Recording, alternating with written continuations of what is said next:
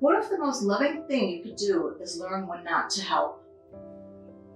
Today we're exploring why the boundary that feels the most cruel might be the most compassionate thing you could ever do. If you've been following our healing card series, you know we're in the mother phase now. Cards 11 through 20, where we stop just understanding our patterns and start actively changing them. We've released shame, we've learned how to sit with discomfort, and now we're tackling the skill that makes authentic relationships possible: boundaries. But when you grow up with an emotionally unavailable parent due to mental illness, boundaries feel dangerous. They feel like abandonment. They feel like cruelty. Today we're learning they're actually love. When mental illness is part of your family story, traditional boundary advice doesn't fit. You can't just cut toxic people off when that person is your mother. You can't just say no when someone's reality is fractured and they genuinely need help. But here's what I've learned. Boundaries with mental illness aren't about controlling their behavior. You can't. They're about choosing how you respond to their behavior. They're about loving someone while refusing to drown in their chaos. Boundaries aren't walls. They're not punishment. They're not about making other people change. Boundaries are simply the limits you set to protect your capacity to love sustainably. When you have no boundaries, you teach people that your needs don't matter. When you have rigid boundaries, you teach people that connection isn't safe. Healthy boundaries teach people how to love you in ways that work for both of you. In the maiden phase of healing, boundaries were about survival, protecting yourself while you figured out your patterns. But mother phase boundaries, these are about creation. These are about protecting your energy so you can serve your actual purpose, not just react to everyone else's chaos. This full moon energy asks, what am I protecting my energy for? The answer isn't just your peace. It's your capacity to break cycles, create meaningful work, and love in ways that actually help. Here's the cruel paradox. Sometimes the most loving thing you can do is refuse to help. When you constantly rescue someone from their consequences of their choices, you rob them of the opportunity to learn and grow. When you absorb someone else's emotional chaos, you enable them to stay chaotic. Sometimes love means letting people struggle. It means trusting that they're stronger than their current crisis. It means caring enough about their growth to stop preventing it. I want to teach you a simple practice that can revolutionize how you respond to requests for help. I call it pause and choose. Pause. When someone asks for your time, energy, or emotional labor, pause. Don't automatically say yes. Take a breath and ask yourself, what is this request really asking of me? Assess.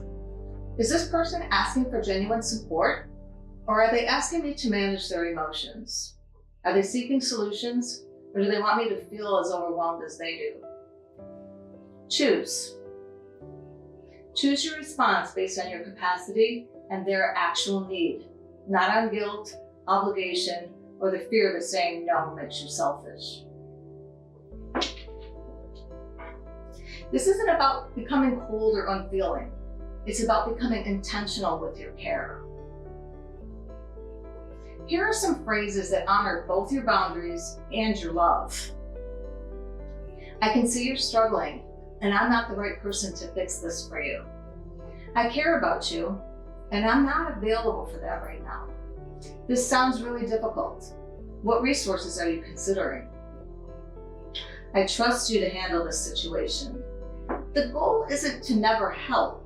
It's to help in ways that actually help, not just make you feel needed. Living with someone who has mental illness teaches you that you cannot love someone into wrongness.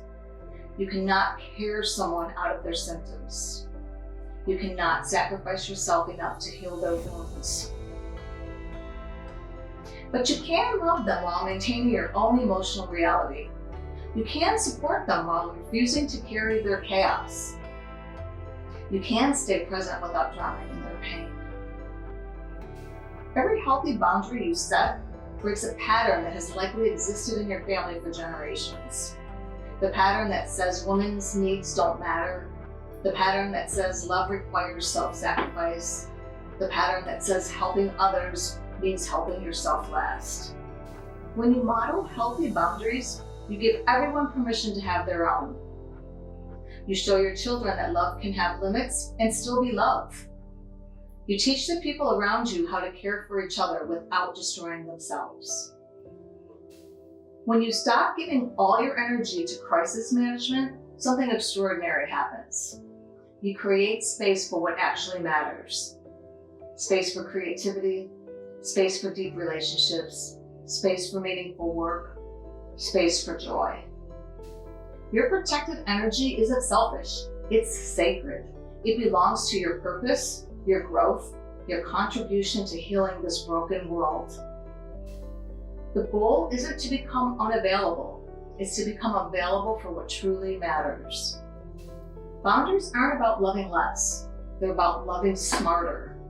They're about caring for people in ways that actually serve their growth and protect your capacity to keep caring. The hardest boundary lesson is learning that sometimes the most compassionate response is no response. Sometimes the most loving thing you can do is let someone sit in the consequences of their choices. Sometimes caring means trusting people to be stronger than their current crisis. Next week, we're exploring self-care. Because once you've learned to protect your energy through boundaries, the question becomes, what do you do with that protected space? How do you nourish the authentic self you've worked so hard to uncover? If this resonated with you, share in the comments one boundary you know you need to set but haven't yet. Your courage to name it might help someone else find theirs. Remember, healthy boundaries don't make you less loving. They make your love sustainable. And sustainable love is the only kind that lasts.